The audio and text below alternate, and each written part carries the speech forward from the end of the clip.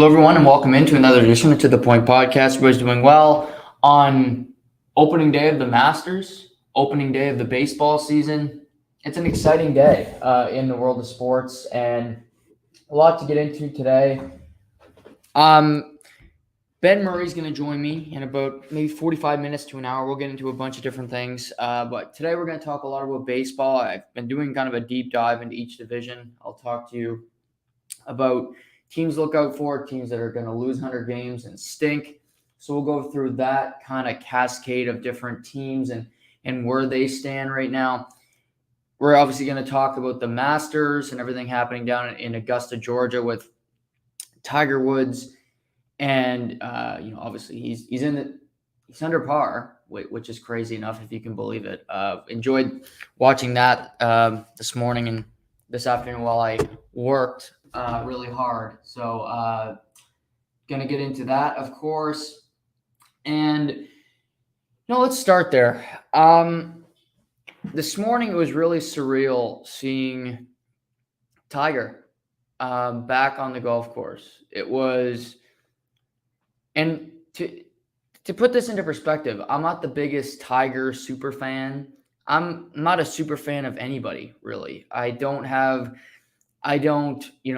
cry when I see him on the course, or, I have friends that just seem to, they live for Tiger Woods. I'm not like that, but I will say I had an appreciation to see him back on the course this morning, see him hit his first tee shot that went a little askew into the bunker, just to the right of the first hole. And what I took away is he's not off course yet. He's 1 under through 16, just made a 29-foot birdie putt, which is just vintage Tiger. But he looks comfortable. There's times I seen him grimace a little bit. I think as he got later into the day, you saw him struggle a little bit walking. He looked a little uncomfortable. But to me, and this is one day, maybe he'll feel terrible tomorrow and he'll shoot a 75 tomorrow. I doubt it, but maybe that'll happen. But to me, he's not done. He's not done at all. As we got later into the day, he hasn't had his greatest day. He's 1 under. The leader right now, Cameron Smith, is 6 under. But if anybody expected Tiger Woods to shoot 7 under today and be top of the leaderboard, you're fucking crazy. The fact that he's going to be 1 under, that's a good score. Rory McIlroy's 1 under right now. He shoots 1, or if he could get a birdie in these last couple holes, that would do him even better. But if he goes into tomorrow sitting at that score, he's in a good spot to make the cut. It's almost more important for Tiger to make the cut this week. And the reason I say that is to see if he can do the 4 days, to see if physically, if he can hold up, because maybe he just can't. Maybe he'll learn that.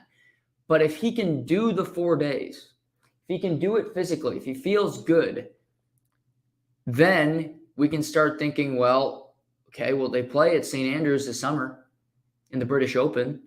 He can play at St. Andrews. He can play at these other events, and it's a realistic goal. Right now, we don't know if he can. Nobody does. Tiger doesn't even know, because the biggest Tiger Woods fan says, oh, he's fine, he's back. I have to see him play tomorrow. I have to see what he looks like, how he feels, what he says after the round today isn't really even that important. The press conference will be viewed by many, but to me, it's tomorrow's round. It's tomorrow's press conference where you get the real details. You get the real smoke, because he's played 9 holes. He's played with his boy, Justin Thomas, who I picked in my pool, who's been garbage today. But, he plays with his son, Charlie. That's all well and good. But how are you going to feel in an event where it's golf, it's important golf, it's down to the wire, you need to make shots. It's 4 straight days. How does your body feel? That is what we need to find out. But to get to the 4 days, to get to that next step, you have to play the first one. He's almost through the first round, and he's 1 under. To shoot 1 under in your first professional round since the 2020 Masters, it's incredible. It's incredible. What? 2 years. 2 years without a real round of golf. It's a sight to behold. And, you know, we see all the old faces today, like Bernard Langer plays at this tournament, and Freddie Couples and Sandy Lyle and all these old guys, and eventually that'll be Tiger.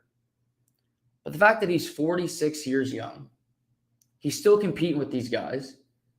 He's having a better day than his boy Justin Thomas, than Matthew Wolff, and a lot of these youngsters that are very good players. Colin Morikawa, I think, is one over so far. I mean, that's, Bryson DeChambeau is 3 over par.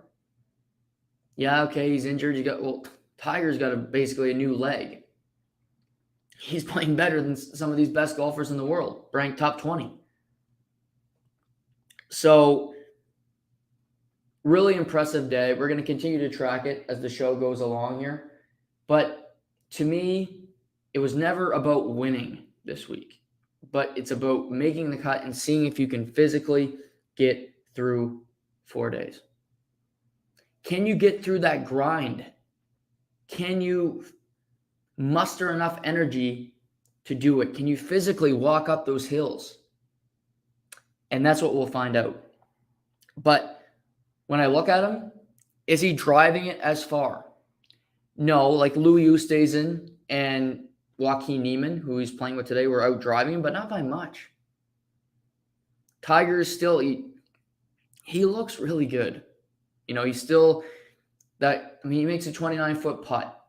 He's still got that clutch putting gene that so many guys wish they could have, that they don't, and they never will have that skill like Tiger does. But I also want to say kudos to Joaquin Niemann, because he's a youngster. He won Tiger's event this year, actually, Tiger's tournament at Riviera. Just an outright, just destroy the field. But he's going up, he's playing against Tiger Woods. Basically, when you're in a group with somebody, you're competing against them. And whether Tiger's coming with a new leg, new body parts, whatever, I don't care if he's got an 8th arm.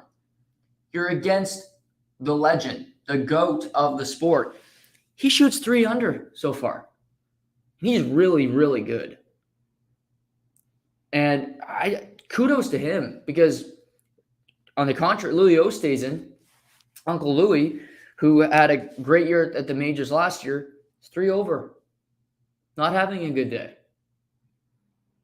So, for a young player like Joaquin Niemann to just have that strength, to be able to do that today when you're playing with a guy like Tiger Woods, he deserves a ton of credit. He deserves a ton of adulation, because not everyone can just do that. But as we currently stand, still a lot of golf to be played today. But you have Cam Smith, who's 6 under through 17. Seamus picked Cam Smith. So in our pool the other night, so kudos to Seamus. He's going to be my pick when he took him, which bastard, but kudos to him. And what's so good, Cam Smith won, obviously, the Players a few weeks ago. And sometimes he doesn't keep his driver straight. It sprays, but when he's so good at recovering. He can be in the worst position, in a bunker, on an angle, but he finds a way to put it in a really good location and puts it in a position where he has an opportunity to still make birdie on a hole where you're like, okay, a par would save your life.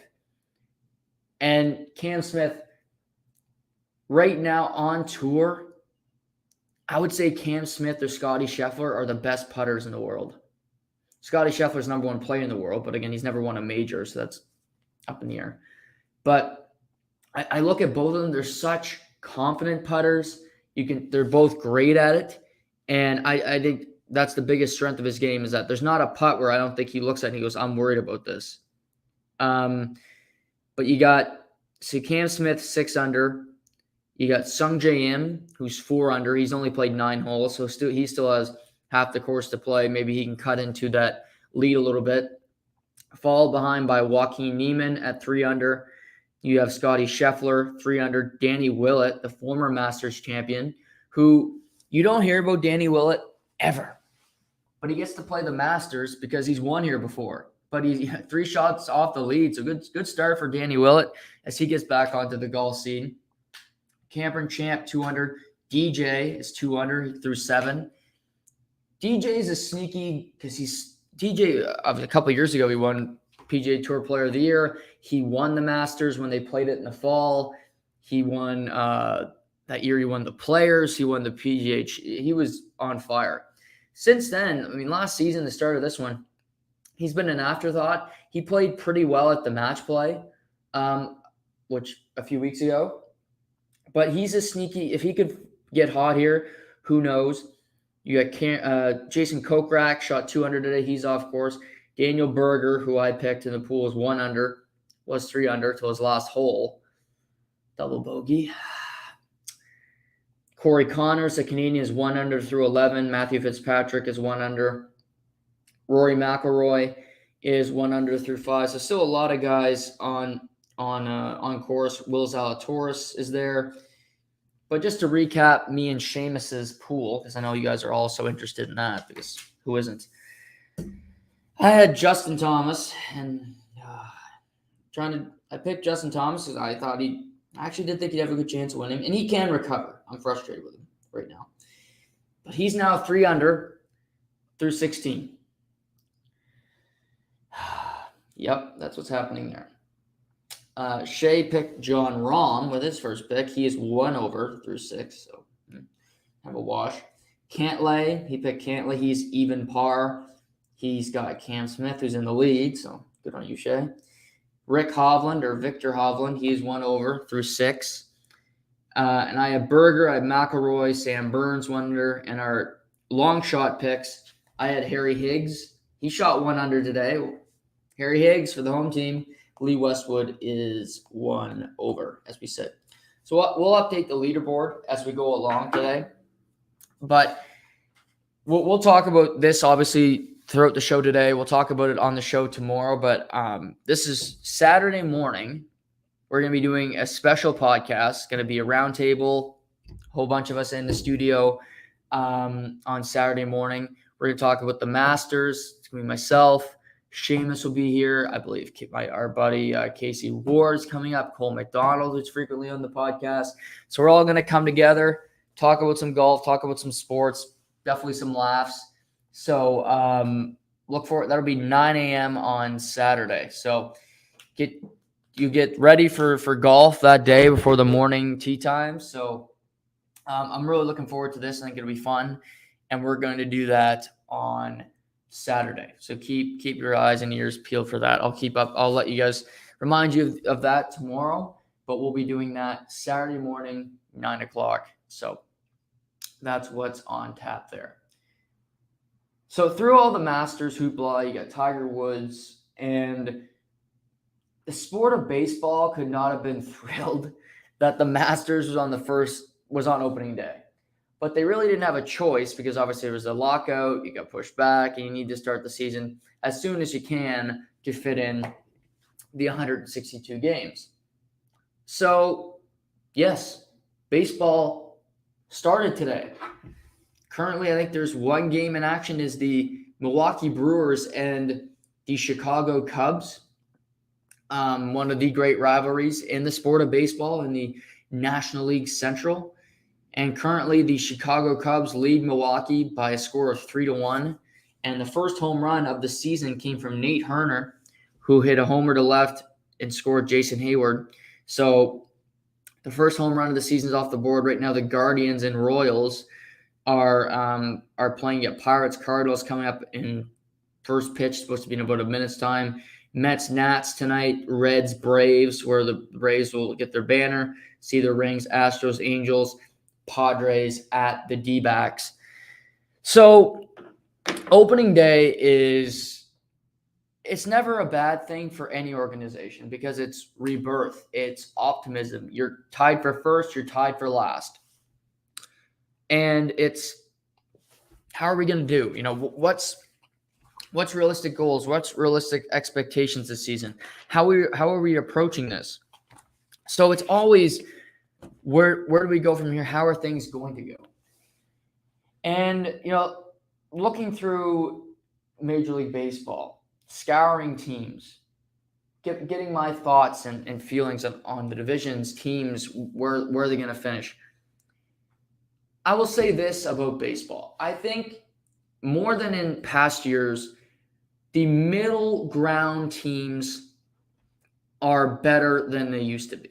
I think you're going to see more teams that right now you're like, well, are they good? Are they not? I think you're going to see more competitive baseball from middle teams. There's still, and don't worry, there are plenty of teams that are going to lose 100+ games. A lot of them. Not just Baltimore, because there are some awful, awful teams pitching, but that's what happens in baseball. And I read an interesting article about this in The Athletic this morning. Baseball, and Andrew, just for reference, Andrew Brandt, who used to be the GM and president of the Green Bay Packers, wrote this article. Really smart guy. I like listening to his podcast. He's got a sports business podcast. He's also a really talented writer. But he was writing about how the sport of baseball struggles because they don't have a salary cap. Baseball has a luxury tax where if you're an owner that wants to spend large amounts of money, you can, no problem. You just got to pay more money. But when you are a bottom feeder team, when you're going through a rebuild, when you want to stink, you don't have to spend X amount of money. You could spend, I mentioned it the other day, you could spend $10. If you could get a team on the field for $10, you could do it. There's nothing that says you have to spend X amount of money. And there are teams this year that are going to be spending under $30 million. That's $30 million. That's like the Leafs top line, just to put that into perspective. Under that for an entire roster. So I think as much as people complain about the salary cap, I think people that complain about the salary cap are just teams that can't find a way to win, teams that sign players to bad contracts, or fans that just like to bitch about anything. But the salary cap has been one of the biggest benefits to sports in the history of sports. Listening, the NBA got the salary. It saved the league. Putting in minimum that you have to spend, it helped propel the league. It's one of the main reasons sports continues to work and is such a big entity as it is, the salary cap. But as we look at it in baseball, let's start with the National League West. I'm going to go through each division here. But there's two teams in the National League West that are no good. And what's funny is they have two very different approaches to being really bad teams. The Arizona Diamondbacks are going to lose 100+ games this year. Starling Marte is gone. Ketel Marte is gone. Paul Goldschmidt is in Philadelphia, is in St. Louis. They've ripped apart the roster, and anybody that was there when they had a modicum of success has departed. So it's just Madison Bumgarner, basically. And Mad Bum is a shell of his former self, where he was a multiple-time World Series winner, a stud, and now he's just a run-of-the-mill pitcher on a really bad team. But kudos to him, he gets to live in Arizona, which isn't bad with no state income tax. But the D-backs have stripped apart the roster other than Mad Bum because nobody will take that contract. So they're basically, okay, we got nothing. Our one attraction is come see Madison Bumgarner pitch. He's still a big personality. That's what we got for you. So their approach is basically, we're going to suck. We're going to spend no money other than this one big contract. Cheers. Then there's the Colorado Rockies, who I don't understand at all, because the Rockies have made decisions that are puzzling. So, first one, Nolan Arenado, in my opinion, the best third baseman in baseball, was on your team. Gold glove after gold glove, playing in Colorado. Home runs. Just did everything you could possibly want. He wants a big payday. He wants to make it rain, if you will. And they say, you know what? Nah. We think we're Colorado. We're really well known for attracting big name talent. So you know what we're going to do? We're going to let you walk. The only reason we had Tulo is because we drafted him and we offered him a whole bunch of money. But how many big name players just say, yeah, I want to go to the Colorado Rockies? Yeah. If you know any, and leave me in the comments, but I'll move on. So they let Arenado walk. Then they say, well, Trevor Story wants too much money, who was their starting shortstop for a number of years, hit home runs 5 different seasons. He has his warts at short, but better than a lot of other shortstops in the league. He'll be better than whoever they throw on the field this year. So they let him go to the Boston Red Sox. Okay, you want to tear it down. You want to start over. You want to find Trevor Story. You want to find Nolan Arenado replacements through draft development. Okay, I can somewhat deal with that. Maybe not Arenado, but maybe you can find a Trevor Story replacement. Okay, I get it. But then they go out and sign Chris Bryant from the Chicago Cubs, who plays third base, who is not as good as Nolan Arenado, not even close, who's on the back 9 of his career. And not just that, but they give Chris Bryant a 6-year, $160 million contract. And what this is Chris Bryant is the token player. You know, in the old days when the teams were all full of white players and you had to have one black on your team, you had your token black player. Well, now they have their token star. Chris Bryant is the token star. Oh, wait, but he's not a star anymore. He's on the back 9. He's broken down. So you're paying a guy whose numbers are not going to be any good. Maybe he'll have one good season. Come at me then. But he'll have, maybe this year he's great. But they'll lose close to 100 games right out with the D-backs. So you'll have Chris Bryant with no pitching, no help, nothing else. Chris Bryant, and you got Randall Grichuk. That's what you got to look forward to this season in Colorado. You're spending, if you don't have to spend money, well, like I just told you, Chris Bryant was sitting there. The season's about to start. And you say, you know what? Well, you're holding out. Clearly somebody wants him. It's a couple of days of the season. There's so many suitors. There aren't any. So let's go bid against ourselves. And we'll give you 6 years, $160 million. Scott Boras must have choked on his coffee that he was drinking in his office when he heard this offer and said, yeah, we'll take it. The Chicago Cubs won a World Series with Chris Bryant, with Rizzo, with Javi Baez. That was in 2016. It's 2022.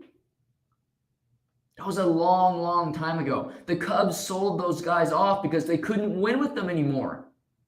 So the Rockies know this. They play in the National League. And they say, you know what?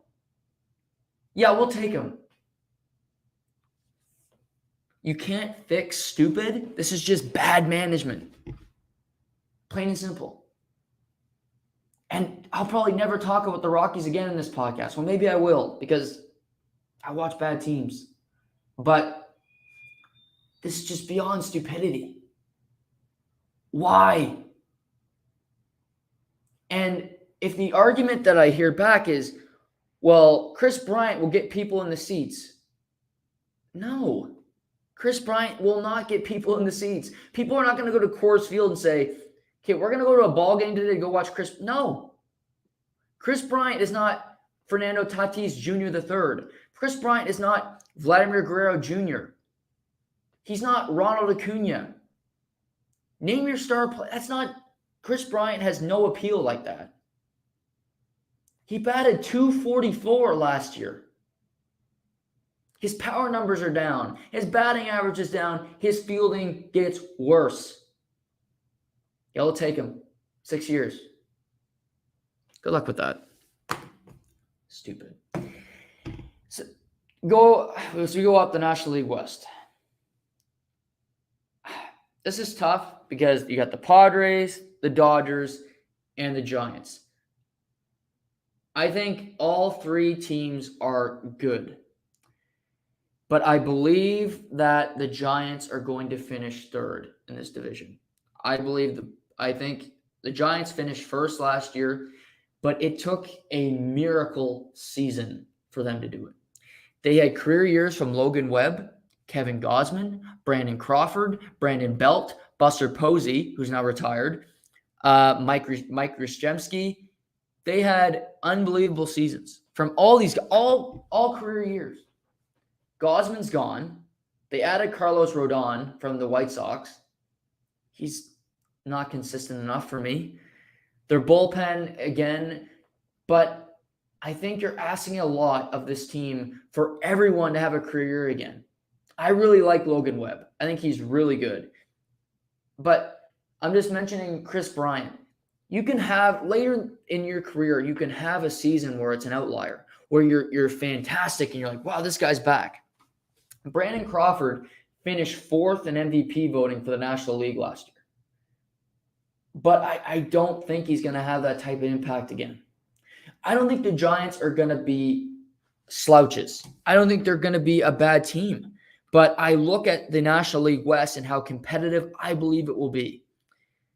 The Padres are scary because they spend so much money. They have the fourth highest payroll in baseball, and you could argue that is it worth the squeeze? Everybody that they have. They traded Chris Paddock today. They still have Eric Hosmer, who that contract continues to be a big part of the problem in San Diego. But I look at the Padres. Blake Snell is coming back. He didn't pitch last year. He didn't pitch the back half of last year. Mike Clevenger had Tommy John. He'll be back midway point this year. They just traded for Sean Manaea. Manny Machado is still on the team. Tatis is going to miss some time, but I think they have enough around him to play good baseball. And, you look at the Giants. Anthony DeSclafani had a career year last year. He had a sub-3.30 ERA. He was fantastic. Dominic Leone, one of my personal favorites, again, and not a name that you would think of. He used to pitch for the Blue Jays, if you remember the name. But he, going into the playoffs last year, he had a 1.82 ERA. It's not going to happen again. But you got Rodon, Tyler Rogers, Logan Webb, Alex Wood, who's kind of a fringe starter / reliever. You got Belt, Crawford, Wilmer Flores. Jock Peterson is now on the Giants. I don't want him playing every day. He's much better in situations like he was in Atlanta, where you have him come in and pitch hit. You have him play every other day maybe. But I like the Padres roster a little bit more than I like the Giants. And I think it's going to be very close. But, we saw the Giants have that spectacular year last year, and it really came out of nowhere. I think this year it's going to be much more routine, where the Dodgers are just the class of this division. And although the second and third place teams are good, I think the Dodgers will have a sizable edge in how they win this division. You look, they got Freddie Freeman. They got Trey Turner, Justin Turner, Mookie Betts, Cody Bellinger. They acquired closer Craig Kimbrell. Now, do they have their warts? Yeah. I don't think their starting pitching is as good as people think. I look at the back end of their bullpen, and I'm like, who's closing games for this team? It was Kenley Jansen forever. I think it's a net positive that he's gone, that he went to Atlanta. Didn't love that signing. But who's going to close games for the Dodgers? But you'd like to think that you're going to see a resurgence from Clayton Kershaw. Hopefully he can stay healthy, and that's a big if, and that's a big ask because he never is. But the one thing I can see from the Padres, they can make it interesting because if you got Mania pitching well, you have Darvish, who can when he wants to, Emilio Pagan, Clevenger, Snell. Like, that's a really good, and Joe Musgrove, who's underrated as well as a pitcher. So the National League West is always one of the most, I think the National League West and the American League East are the two most interesting divisions in baseball. NL East is interesting for me too. But I again, the Dodgers are must watch, and they'll be even more dangerous if Trevor Bauer is eligible to come back. Because right now, if you don't recall from last season, Trevor Bauer didn't pitch from May until the end of the season because he was accused of domestic abuse / sexual assault. So he's dealing with this. He's still going through the trials and tribulations. So he's vehemently always denied it. I think he's kind of he's going through it. He's kind of hoping for a Deshaun Watson type resolution to the story. But it could be an opportunity where he is back in baseball. But there's always a possibility, like Deshaun Watson, that Trevor Bauer is suspended through all of this, even though he missed all of last year. But if they can get him back, you'd have Trevor Bauer, Kershaw, Julio Urias, who led Major League Baseball in wins last year, stud, Dustin May, and the best pitcher on the Dodgers is Walker Buehler. I mean, you can make the argument Walker Buehler is the best pitcher in all of baseball. I don't think that's a hard argument to make, but they're a good team. They're a really good team because you got Muncy. Gavin Lux should be an everyday starter for the Dodgers. But again, I do think they have their positions where you can get them. The back end of their bullpen, I don't see a position there where it's a lock where you're like, I feel really good about this. But I do think the National League West is going to be competitive. It's going to be a dogfight all year. But I do expect the Dodgers to win it. I think I looked on FanDuel this morning. I think the Dodgers are like at 95 wins. I take the over. I think they're getting over 100. Even with this division, I mean, you got to play the Rockies and you got to play the Diamondbacks. A lot of games as well. Those are a lot of W's. So, yeah, I think the Dodgers. But I do think with the expanded playoffs, Giants and Dodgers made the playoffs last year where Giants won the division. Dodgers had to beat the Cardinals in the playoff game, in the wild card game. I think two teams from this division will make the playoffs for sure. Potentially both Padres and Giants both make the playoffs coming out of this division. Get to the National League Central here in a minute. Just going to check the leaderboard here at the Masters. Just want to keep that updated as we go through it here. I don't want to it's for you guys, also for me, because I'm interested and we're doing the show and obviously fun, but I want to hear about the leaderboard. If anybody's watching out there and you want to tell me anytime there's a big shot, anybody takes a lead, feel free, because that would help me. So, but the National League Central. Here we go. Cam Smith had a double bogey on 8 teams. He's only 4 under. So big swing there as he drops 2 strokes to end the day. Joaquin Niemann, Scotty Scheffler. You got Sungjae Im is still 3 under. Dustin Johnson, Kokrak, Tiny Answer is 1 under. And Tiger Woods finishes the day 1 under. So he's only 3 strokes off the lead. Incredible. Zalatoris. So that's a big swing to end the day to see Cam Smith double bogey on 18. And now a much different landscape as we head into tomorrow. Guys are still going to finish their rounds and still a lot of holes to play. But for guys like Tiger, like a Harry Higgs who's done for the day, like a Daniel Berger, to wake up tomorrow and you're only potentially 3 strokes off the lead, that's a much better feeling as you take the course. So big swing there from Cam Smith, who still had a great day, just a tough end to his day. National League Central. Let's start with the bottom teams because that's you got to start. You got to get rid of the crap, right? You got to get rid of the teams that are going to be no good. I'm not going to talk much about the Pittsburgh Pirates, but they're going to lose 100+ games. There's not much about the Pittsburgh Pirates that's marketable. They signed an infielder today who is a good player, Ke'Bryan Hayes, to an 8-year extension. So that's the one thing you could really say this team's got a young player that seems is going to be fun to watch, marketable, what have you. Other than that, it's very run-of-the-mill. It's very boring, and they're just not a very good team. They don't spend a whole lot of money. So nothing really sexy, nothing really that appealing about the Pittsburgh Pirates.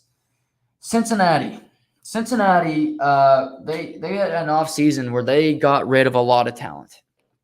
They traded Sonny Gray. They traded Eugenio Suarez. They traded Jesse Winker to the Seattle Mariners. And you look around, they got Joey Votto, who's still there. I think I've heard him interview. He's a great interview, by the way. But he always wants to be a Cincinnati Red. He's not a guy that wants to be traded to a contender. He's not a guy that complains about a situation. He loves playing at the Great American Ballpark, and I think he'll do that for the remainder of his career. But they got Nick Senzel, who plays center field, who's a good player. Tommy Pham was added late. Jonathan India. But again, this is a team that's not going to do much damage. Luis Castillo is a really good starting pitcher, but I think this year for them, they got to hope that Vlad Gutierrez, Castillo continues to grow, Tyler Mahle, and they can just go through a season, potentially move some players at the deadline and get some more draft picks because this team is building for the future. Oddly enough, I think the Chicago Cubs are going to finish third in this division. I do think Cincinnati could potentially finish higher than them because going through it, I kind of like Cincinnati more. But the Cubs, I mentioned, they got rid of Anthony Rizzo. They got rid of Javi Baez. They got rid of Chris Bryant. They've gone through a shift. Jason Hayward is still there, but they've gotten rid of a lot of the team that won a World Series. That bullpen, they traded Craig Kimbrell. So he's gone. So they have a lot of new pieces on this team. Nate Herner, Ian Happ is going to play every day for the Cubs. They still have Kyle Hendricks, who is their veteran starter, but no more John Lester. He's gone. So it's a new day in Chicago. I don't think this team is going to be overly competitive. I think there's going to be a run-of-the-mill team. They're going to hope you find some players that they can, be part of the future when it comes to being competitive. But I think there's a Chicago Cubs team that doesn't have a whole lot of talent. And although they might beat Milwaukee today, I don't see them being better than Milwaukee or St. Louis come the end of the season. Now, it's interesting because I think Milwaukee and St. Louis are both two good teams, and I think both have a good shot of making the playoffs. But as I look at it, what I like a lot about really both teams is their starting pitching. For Milwaukee, Corbin Burns, Brandon Woodruff, and Wandy Peralta are three really good pitchers. Woodruff might be the most underrated pitcher in all of baseball. He just eats innings. He's pitched in big playoff games. He's got a sub 2.20 ERA in his postseason career. He's been really good. Corbin Burns continues to get better. He's made the All-Star team last year. And they added Andrew McCutchen, who's playing DH today, which is rare to see, the former MVP of the Pittsburgh Pirates way back when. He hasn't been great, but they added Hunter Renfroe. He seems to be, wherever he goes, seems to have success. They added Mike Brousseau. They still have Rowdy Tellez. Christian Yelich has had a couple of down seasons. But Lorenzo Cain, I like Milwaukee, but I'm going to go with the Cardinals to win this division. And, the Cardinals are kind of getting the band back together late in their careers, which is so strange. But oddly enough, I'm okay with it because Adam Wainwright had one of the best seasons of his career last year, and this guy's going to be a Hall of Famer. He might be a Hall of Famer in Adam Wainwright. He's 40 years old, but he won his most games he has in 5 years. He looks fantastic, great shape. And so he comes back. They signed Yadier Molina to a 1-year deal. He's back. And they got Steven Matz. He came over from the Blue Jays. He's a good 3-4 starter. They got Miles Mikolas. Goldschmidt still plays first base for them. Really good there. They got Arenado at the corner. He's great. And, it's nostalgic, but Albert Pujols is back with the Cardinals where he started his career, where he played his first 10 years of his career, won 2 World Series, won 3 MVP trophies. And, when he starts, he's going to be the designated hitter most days. And it's going to, he's playing today, but it's going to set a record where he's playing his 22nd straight opening day, which is incredible. And they just took the Cardinals are playing the Pirates today. They just took a 1-0 lead off of Canadian Tyler O'Neill. Got a base hit to score in Daniel Carlson, the right fielder. But I look at the team today. Like Wainwright's pitching, he's still really good. You got Carlson, Goldschmidt, Tyler O'Neill, who's really good in the field. Arenado, Albert Pujols, Paul DeJong, Yaddy, Harrison Bader in center field. I think the Cardinals are going to be a really good team. And like I said, I think Milwaukee is no slouch, but I'm going to go with the Cardinals to win the division. And I like their team a little bit more. I like their batters slightly more than Milwaukee's. I'd say Milwaukee might have a little bit better starting pitching, but I like the bats a tad bit more of St. Louis. I just think they've been there in those big situations. And they made the wild card game last year, did the Cardinals. And I think with Wainwright, with Yadier Molina, with Pujols, everybody back in the fold, I think there's going to be a sense of urgency this year that they know this is the last dance, if you will. This is their last chance to make it. Pujols said this is his last season. He wanted to finish it where it started in St. Louis. And I wouldn't be surprised if Wainwright and Yadier Molina both decide to retire this year if Pujols does, so they all go out together. But I do think the Cardinals will be a threat. I think they'll win this division. And, look out for them. I think they're a good team. They're going to be in a favorable spot because they get to play Cincinnati, they get to play the Cubs, and they get to play Pittsburgh a lot. And those 3 teams are not great. The Cubs are mediocre at best, and I think they're the 3rd best team in this division. So that bodes well for the Cardinals to really have a good season and really take advantage of some weaknesses. So then let's go to the National League East. And I mentioned this is an interesting division, National League East. It always is for me. But like I was saying about the other division, there's always junk teams. That's one thing about baseball. There's going to be a number of teams that just stink. You know it. That's just the way it works. That's going to happen forever. But let's start with the Miami Marlins. They're going to stink. You're going to find a team that's going to lose 100-plus games. That's the Miami Marlins. They don't have much to be excited about. I'm sorry, Marlins. The one thing that Marlins fans should be excited about is that Derek Jeter is no longer running your organization.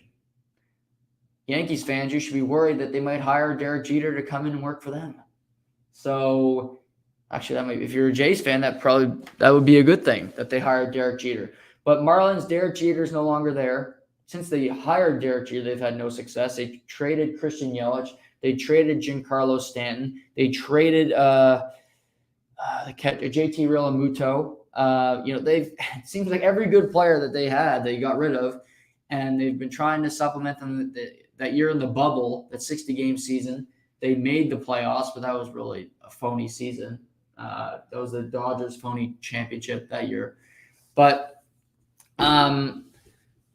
so I don't take a whole lot of stock in that. But again, the Marlins are going to be an afterthought. They're not going to be any good. Don't expect to see them in the win column too often. Washington Nationals.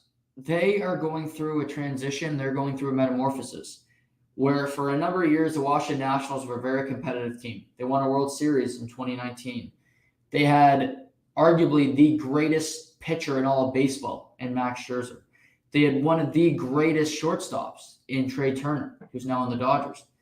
They had a guy they took number 1 overall that took a lot of time getting to develop him. He got a lot of rest. He got a lot of time to work on things.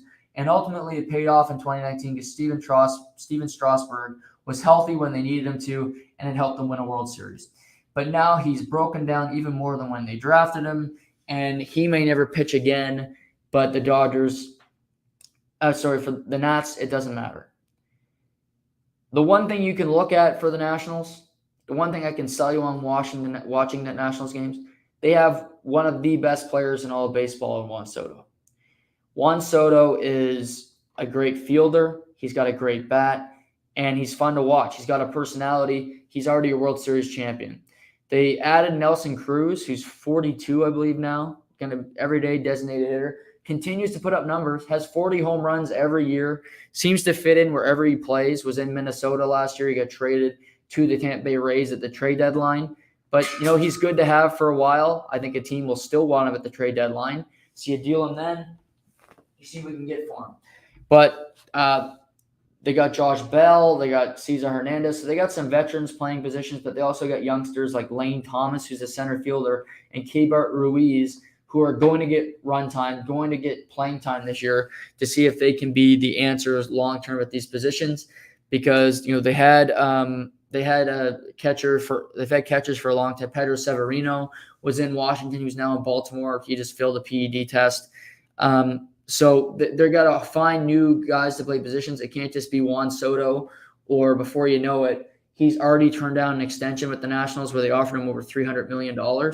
So that tells me he probably doesn't like it in Washington right now. If they continue to lose, they might lose out on one of the best players in baseball too. So that's when it gets more interesting. You got Atlanta, you got Philly, and you got the Mets. Let's start with the Mets because I think the Mets are the second best team in this division. But I have a feeling they're going to finish third. And some of it has to do with injuries, and some of it has to do with my skepticism of the Mets. The Mets, and I feel bad because I feel like a lot of New York Mets fans are New York Jets fans. And boy, that must be a bad feeling because you have bad ownership, you have bad management, and you just have bad players more often than not. Now, you could look at the Mets and say, well, Noah, that's changed. We got Max Scherzer. We got Jacob Degrom.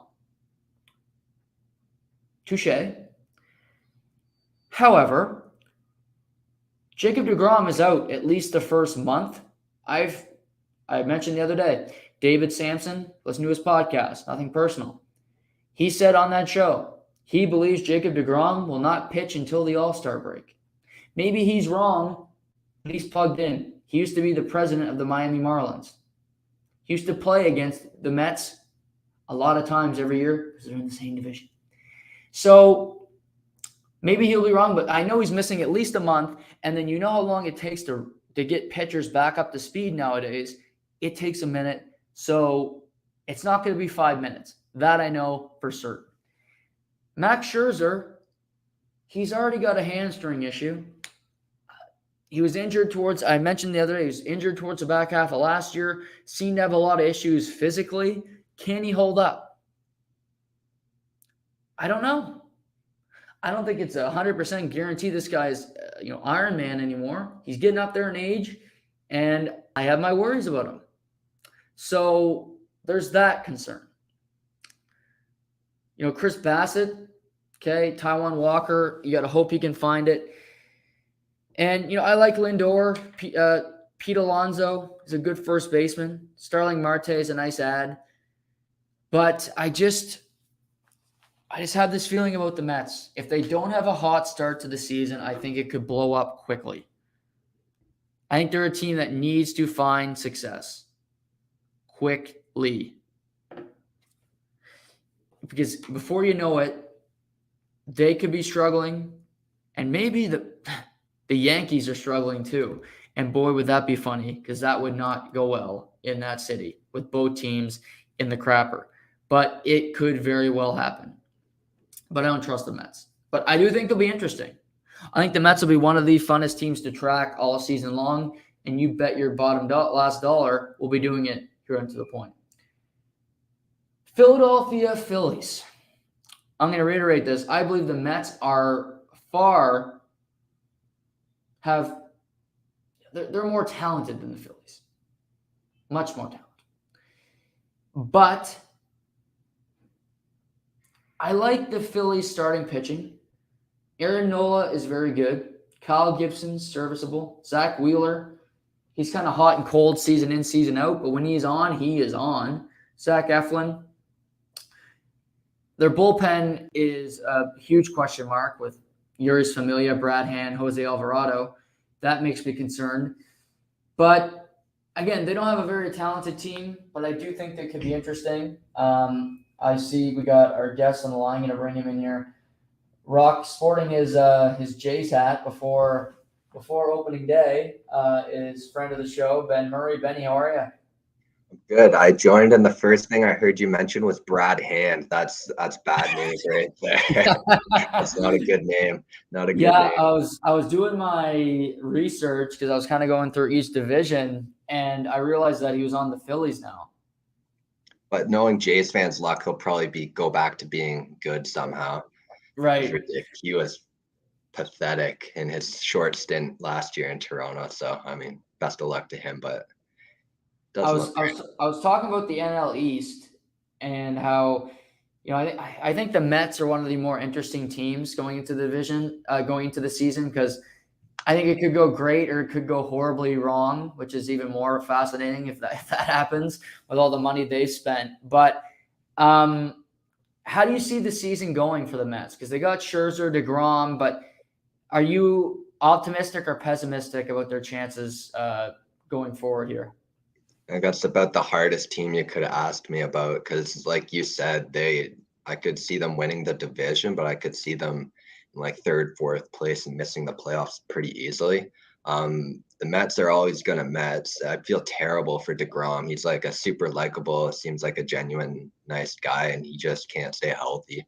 I'd be concerned about him if I was a Mets fan. I know they're going to reevaluate in 4 weeks, but I feel like that's never usually a good thing. So, I mean, they gotta hope that his injury isn't season ending. That's priority number one. Priority number two is now Scherzer, who throughout most of his career has been a workhorse, stayed pretty healthy, and now there's a bit of concerns. I think it's his hamstring or quad, something in his leg. So that's another concern for him, because he's not getting any younger. I know he's still a beast on the mound, but he's getting up there in age. So health definitely should be a bit of a concern for him as well. If they can stay healthy, I mean, I could easily see them dominating, because they traded for Chris Bassett. They'll have one of the best rotations in the whole league, really.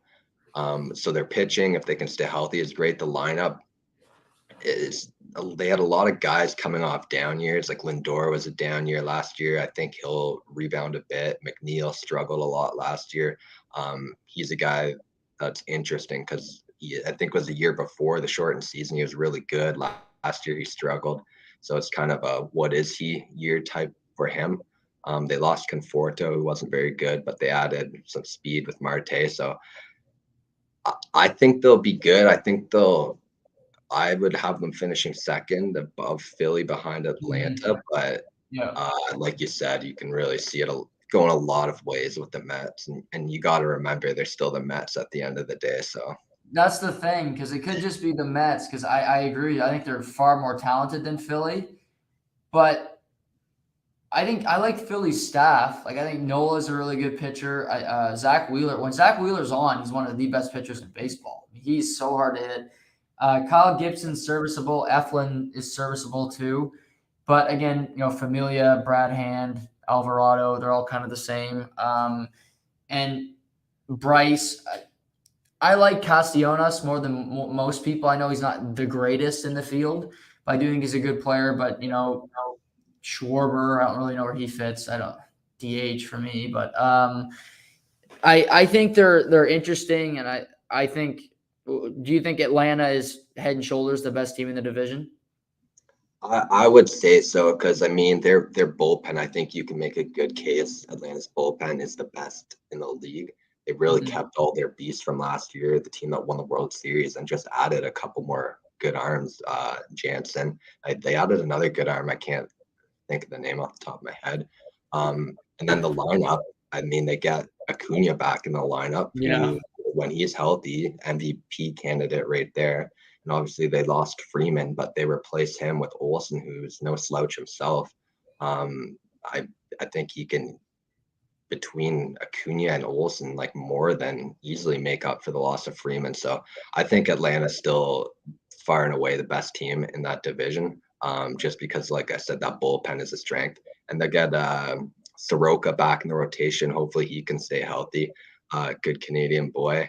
And that rotation, Max Fried. So I think Atlanta is definitely the best team still in that division right now. Yeah, to your point, they added Colin McHugh from Yes, Houston. yes. Yeah, he's good because he can pitch multiple innings. And you mentioned they kept Luke Jackson, who I really like a lot. Matzik, who was just unbelievable in the playoffs for them last year.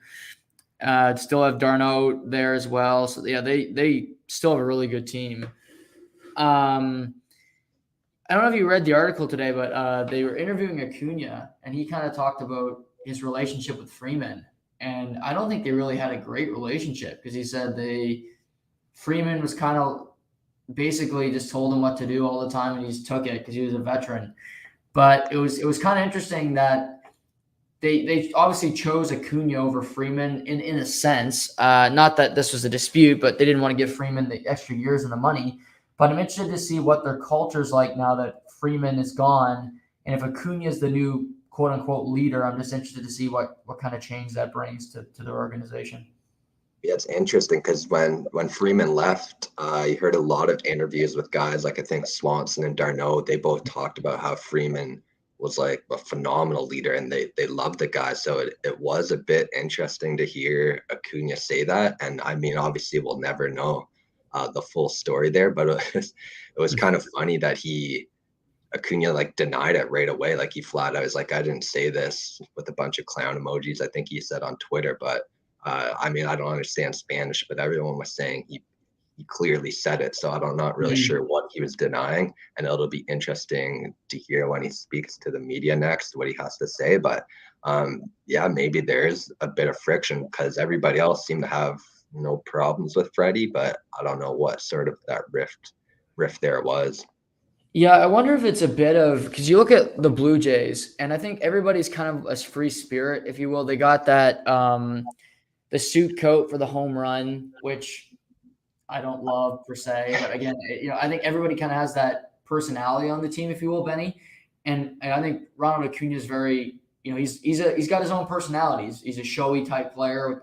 He's fun, but Freeman is very much, meat and potatoes.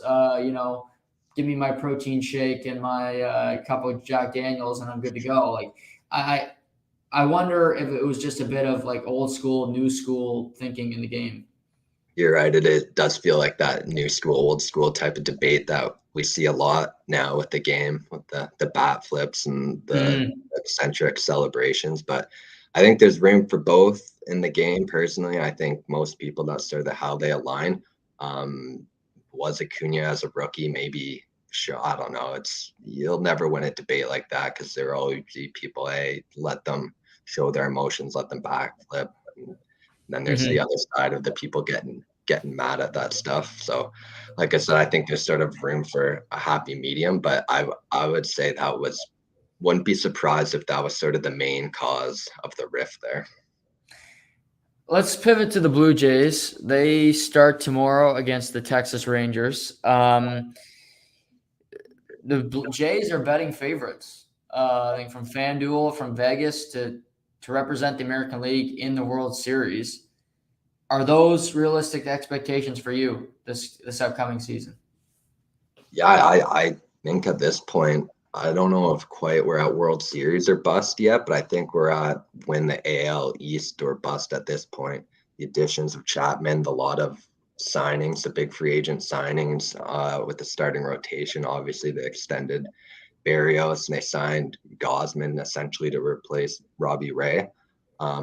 So I think expectations are high, and rightfully so. Those young guys are really just entering their prime. You could argue that they're still have a couple years to go before they even do enter their prime, which is crazy to think about based on the numbers that we've seen them put up. So that lineup, like top to bottom, you can nitpick a little. You could say maybe it would be a perfect world we add that lefty power hitting guy.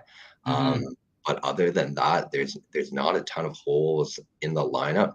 Defensively, not bad. Bo Bichette's still a little weak at shortstop. You can argue the corner outfield and Springer slowing down a bit, but we got significantly better at third base at defense.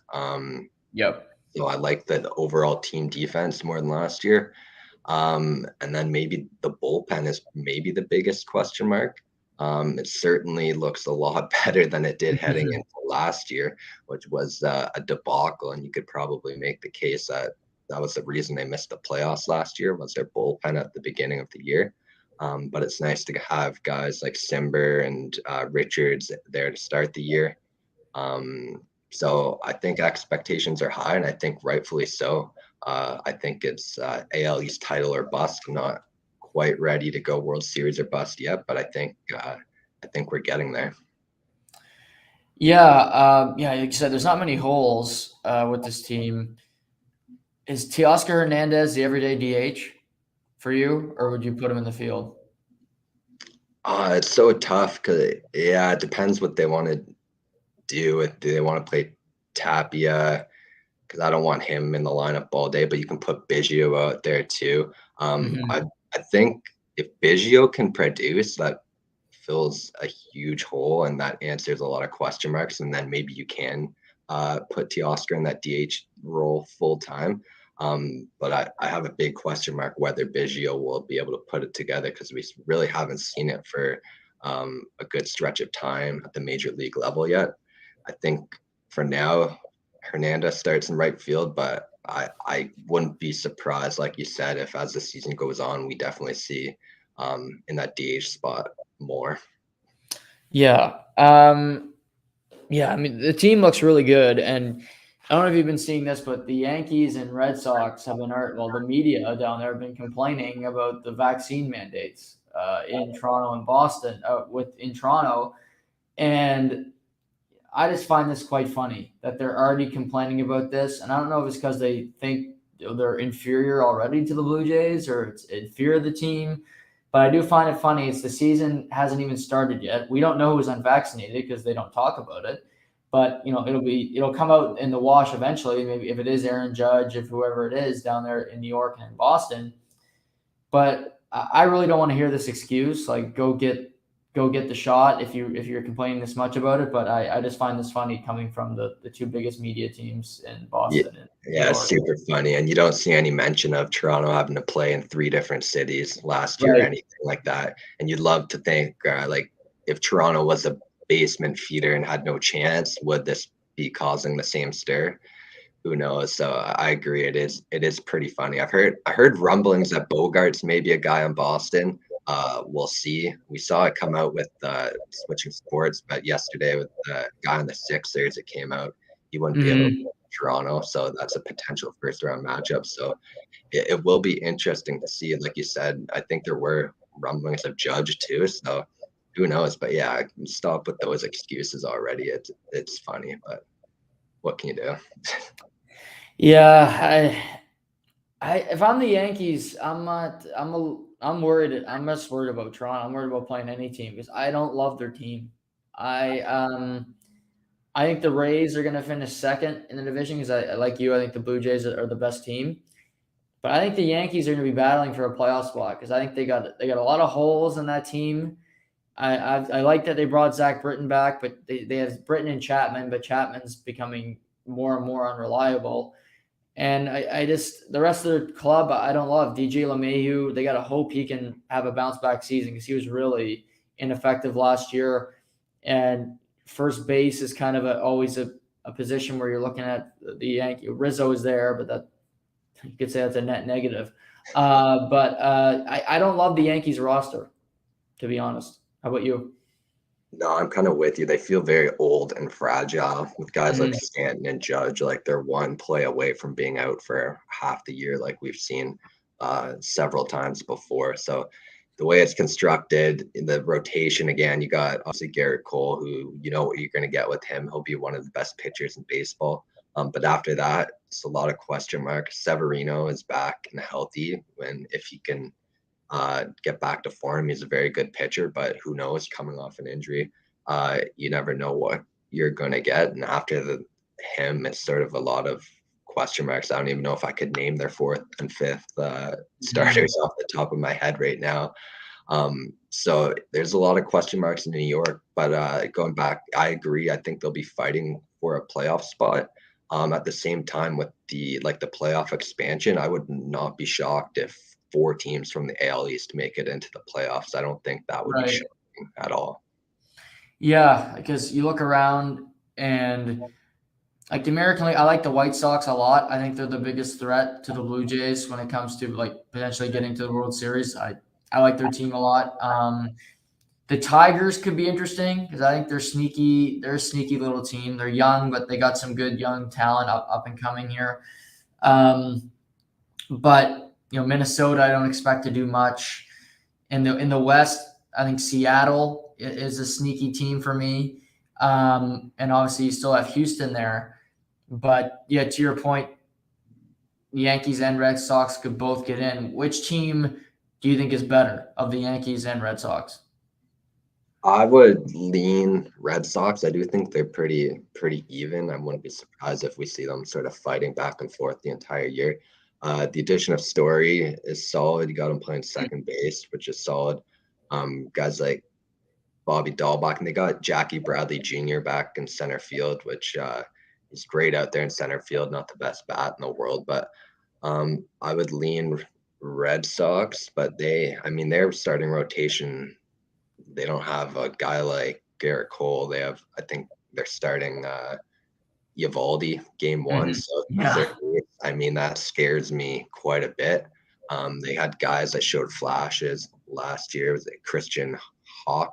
I don't know how to say his last name quite correctly, but he showed flashes last year. So there's just a lot of question marks with both teams, and it's like you're asking for backup or bounce back years for a lot of guys, and you don't really know what you're going to get from. I think the starting rotations, I would say, is the biggest question marks.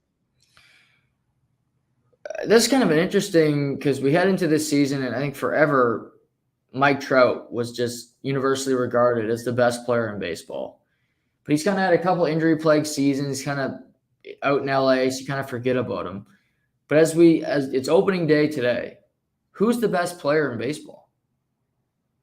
Good question. You're right. I don't think at this point you can clearly say it's Mike Trout anymore. You could. I think Ohtani is a weak argument. I think it was a bit weak that he won the MVP last year because I think they set a precedent that he'll win it every single year based on the way they're doing it. He's a beast, but he struggled with his bat in the second Are you half of the saying year. that as a Jays fan? A little biased. I would add Vladdy, but I just think. Yeah, I Like, agree. I don't think he's the best player in baseball. I think that you can't have one great season and you're the best player. yeah, so it's tough. I'm trying to think off the top of my head. I don't know. Trey Turner is number one ranked in fantasy, my fantasy draft last night. So with him, he's a beast all around. He does a little bit of everything. And I think he gets a little underappreciated. I wouldn't argue him the best in baseball. Vladdy, from a bat standpoint, I wouldn't shock me to see him at least in that conversation this year. Right. And baseball's so tough, obviously, too, because hitting and pitching are almost two completely different sports. So it's Right. Like, would you say it's Walker Bueller? as a pitcher, I would go. Yeah. I would a healthy Degrom to me is the best pitcher in baseball to me. Right, right. He's the one guy that like I'll go out of my way if he's making a start and I'll watch it because he is like he'll paint corners at 99, 100 all day and drop like 92 sliders, which is just disgusting. So I would still say a healthy Degrom is the best pitcher in baseball, but obviously the health is a huge factor there. But Bueller, I wouldn't be surprised in the next couple of years if he sort of takes the reins over as DeGrom gets a little older and he's really entering his prime. Yeah, I don't know if it's a good thing for baseball if both of us are pretty well informed on the sport and we're having a hard time picking the best player. Like I don't think that's good marketing wise. I don't think that's great. It's fun to have a debate, but when there's not that many names that we're bringing up, it's kind of like, okay, where do we go from here? I know you're bang on because I'm thinking of like the other big sports, and I'm like, I can take like Connor McDavid, Patrick Mhm. Mahomes, like LeBron, even though I don't like him, and he's probably not the best anymore. But like you can think of those big names right off the Right. top, right? And you're right.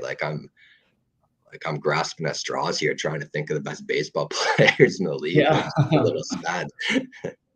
Yeah, I just don't think there's a set guy. Like maybe Trout reasserts himself, but he hasn't played in a year. So it's kind of it's you're like, what have you done for me lately? I mean, if you looked at the playoffs, you'd be like, okay, like Eddie Rosario is not the best player in baseball, even though he had a great run, but like Ronald Acuna didn't play for the Braves. So it's kind of a weird spot. Like the Dodgers are full of really, really great players, but like I don't think Mookie's really good, but I don't think he's the best. I can't say he's the best player. He might be the best fielder in baseball. I don't know if he's the best player.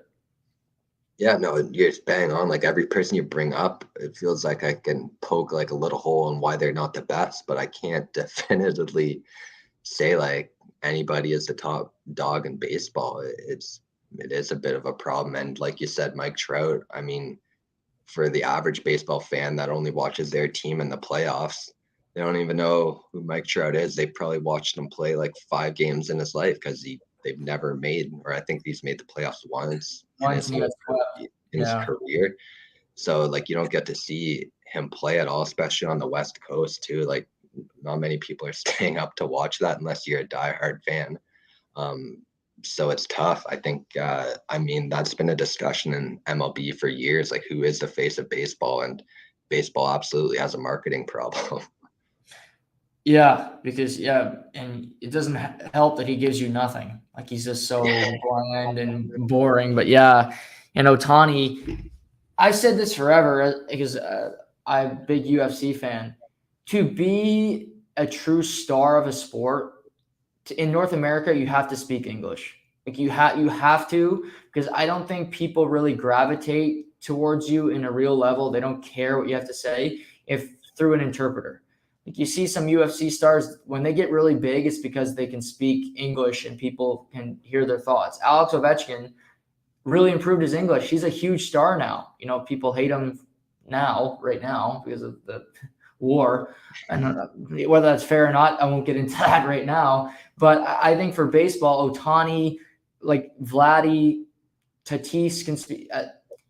Is it Tatis? Is he the best player in baseball? I completely forgot. He's injured too, so you kind of forget about him. But I do think the language thing is a big factor. In all of this. Yeah, Tatis and his motorcycle is not great. But yeah, Yeah. no, I always find Vladdy funny whenever they interview him after games. Like he can clearly talk in English. Like I'm sure he's not a great speaker in English, but he always brings the interpreter. He never wants to give interviews in English. I always find that a bit funny. But you're right, it is just a bit like it's just tougher to relate to them a little Mhm. bit. And you're right, hearing what they're saying through the interpreter is not giving it sort of with any of that emotion or anything like that. So it is tough to connect to them when they're not speaking the same language. I agree with that. Outside of the Blue Jays, who are you looking forward to watching this year in MLB? It was like the Mets would have been a great answer before their pitching injuries Mhm. here. The Braves again, I'm very curious to see if they can sort of repeat or show again that they're as good of a team. Um, sort of covered all these teams that I had on my mind. The Phillies, you mentioned, they're going to be a really weird team. If you like speed in baseball, do not watch them because their speed is going to be negative on the base paths with all their guys that they have. But the big one, we just talked about Mike Trout. I'm very curious to see if the Angels Yeah. can finally get over that hump. You added Rendon a couple of years ago. Syndergaard's now there. It'll be interesting to see him pitch coming off the big injury. So I'm very curious to see if they can finally get over that hump and win that division. Yeah, I think the AL West is going to be interesting because the Astros, I think, are still probably the class going into the season, but they've lost Correa, obviously. They still have Brantley, Altuve, Bregman. Verlander's coming back off of Tommy John, so that should be fun to watch. And I think Seattle is a lot better. They got, obviously, Robbie Ray from the Blue Jays. They made a bunch of trades to get Eugenio Suarez, Jesse Winker from the Reds. But also, you mentioned the Angels, and then there's Texas, who play the Blue Jays starting tomorrow. They spend nearly $500 million on 2 players, and I think the best they could finish is third in this division. And it might be worse because they have no pitching, none. Yeah, that's what I was about to say. Like, I looked at the series against Toronto, and I'm like, oh, I wonder who their ace is because I couldn't even think of who their ace was off the top of my head.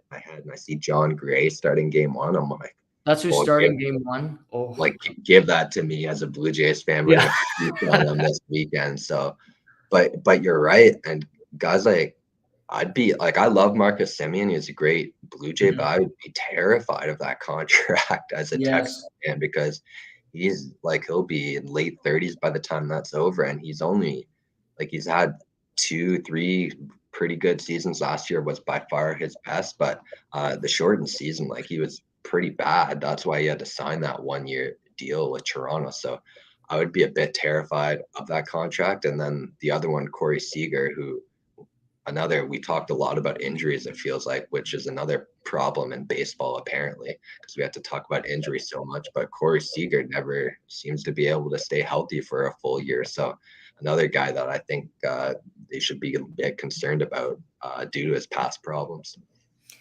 Yeah. Where do the Angels finish in this division?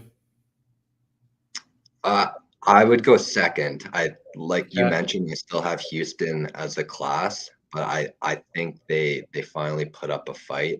I think them and Seattle. Seattle, I think, overperformed a little bit last year. You looked at their run differential; they were not great.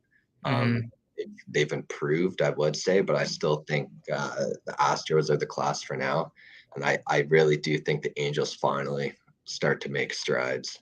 I hope so anyways. I think it would be good for them, the world, to see Ohtani. I think they have to make baseball is if they could do anything this year, keep people healthy or, whatever kind of, genie comes out of the bottle to make something good. I think it would be the Angels make the playoffs and Ohtani to have another great season. I think those are the two things. I think they come toe and toe because I think they want to market this team, which I totally understand from baseball. Big time. Like, I just picture them getting the primetime game first day of the playoffs with Ohtani on the mound hitting leadoff. Like, that's an ideal situation, like you said, for the entire league. Mike Trout stays healthy. That would be perfect. Will we get it? Probably not, based on if the past tells us anything, but it would be great for the league for sure. I know the Braves are getting their World Series banner tonight and the rings, and most times you'll go to that, they get the opening night primetime game. Like the mothership, ESPN's got that game tonight. I'm probably gonna watch it, but I'm a bit surprised that they didn't put the Angels in Houston. To be honest, I'm surprised they didn't have that game as their first ESPN game of the season. I know it has nothing to do with the World Series or anything, but for better or for worse, Houston is still the most popular team in baseball, positive or negative. It gets the most fan interaction, gets the most talk because people hate them or they love them, and you get the stars with the Angels. I'm a little surprised they aren't getting more of a push early in the season. No, that's a good point. Is Ohtani pitching? I'm not even sure to be Yeah, honest. he's pitching. He's Yeah. pitching tonight. Yeah. So yeah, that surprises me even a little more. Like if he was going game 2 or something, maybe I could understand it. But you're right, that's a big game.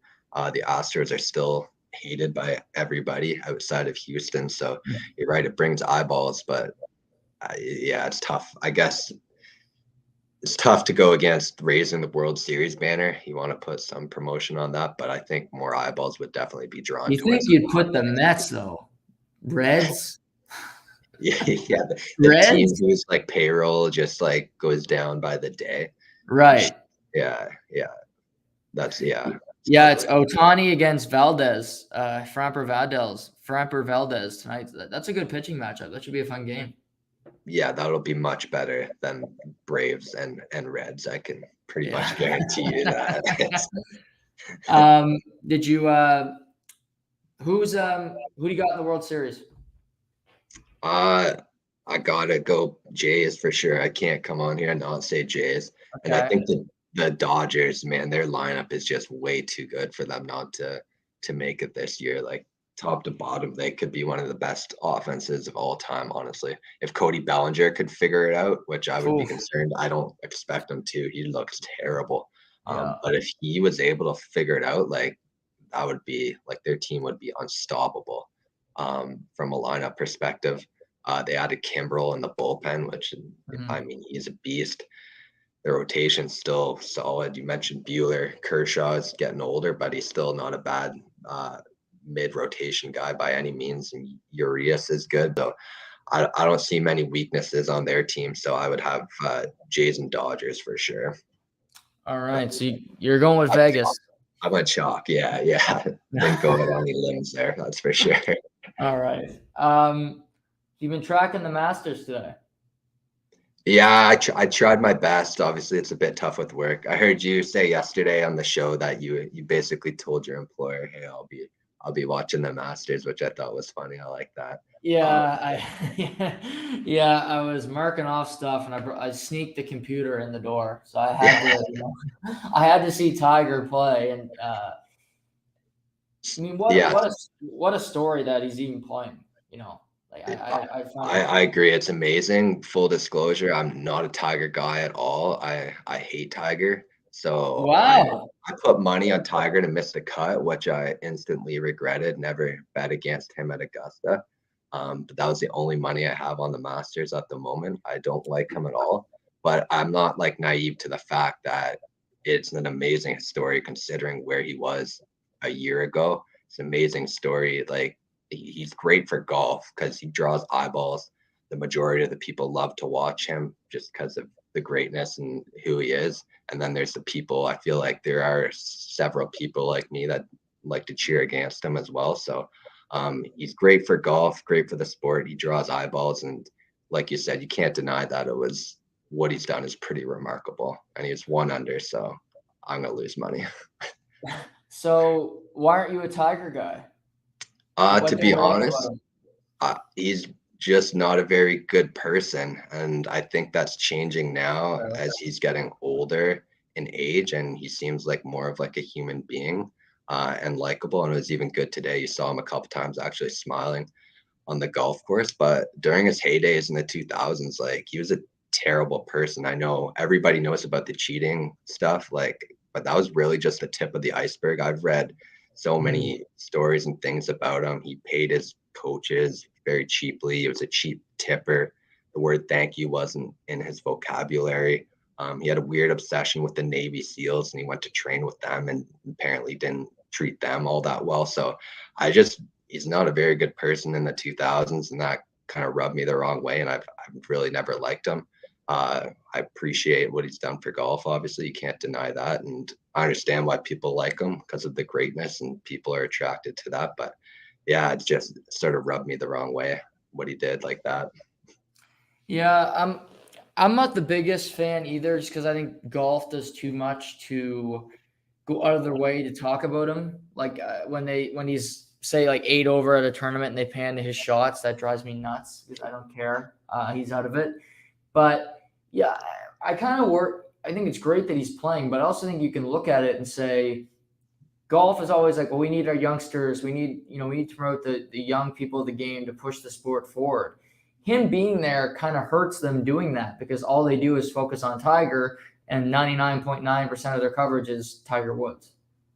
Oh, you're right. Even today, like I was getting like all they're doing is like talking about Tiger the entire broadcast basically. And you're right. Every other shot you see is his shot. They'll go to somebody else and show their shot, and then it's right back to Tiger. Which, I mean, I like you understand that he's going to get the ratings and all that, but you're right. You do want to try to show some of these younger guys up and coming, like the Scotty Schefflers, who's been a great story lately. Matsuyama, obviously a defending champ. So it does suck a little for the rest of the crew that all eyes are on Tiger, but that's just sort of, just how it is at this point, like you said. Did you bet on anybody to win? No, I never have luck with golf, so I try to stay usually on like Saturday or Sunday. I'll like look at the guys in a hunt and make like a smaller bet on these guys to win. But it's always a waste of money betting on golf, I find, for me. So I stay away from that. Yeah. Right now you got Dustin Johnson, Cam Smith, and Sung Jae Im tied for the lead at 4 under. So the Tigers only 3 shots off the lead, which is crazy. But it's tight because you got 19 guys at even par or lower. So it's a tight field. Like guys haven't been shooting that great today. Corey Connors is 2 under, so he's 2 strokes off the lead, the Canadian. Koepka is 2 under. You got Webb Simpson, Victor Hovland. So a lot of guys hang around even par. John Rahm, Rory McIlroy, all even par today. Hockey season is winding down. A couple weeks left. Is there a team you're watching that you feel really good about going into the playoffs? A team that you think can go on a deep run? Like the entire Eastern Conference, probably. It's wild how the 8 teams in the Eastern Conference have basically been set for like months at this point. Like I can't think of another year where it's been like that. Usually, like outside Columbus, I don't tend to watch a ton of hockey, honestly. But this year, I am very excited for that first round, particularly the Eastern Conference. I think it's going to be an absolute war, and I think it'll be fun just being able to watch it as an observer without a dog in the fight. There's nothing more stressful than watching your team play playoff hockey. So it's going to be fun with all the Leafs fans, and I have in my life, and a couple Bruins fans as well. So I hoping for that Toronto Boston round 1 as an outsider. I think that would be a lot of fun. But I mean, Florida, what a fun game that was. Maybe not the prettiest hockey at all times against Toronto, but that was a fun game to watch. And you got to remember too, like they're still playing without Ekblad, who I think he should be back for game 1 of the playoffs. So I think I would lean towards them in the East, and it's tough to go against Colorado still in the West. But I'm very, very excited for this first round of the playoffs. So being an Ontario guy, and when Columbus is not in the playoffs, do you find yourself rooting for the Maple Leafs? It's tough. Like my dad and brother are both Leafs fans. I say I want my dad to get a cup before he's gone. That's what I always say. I'm not active.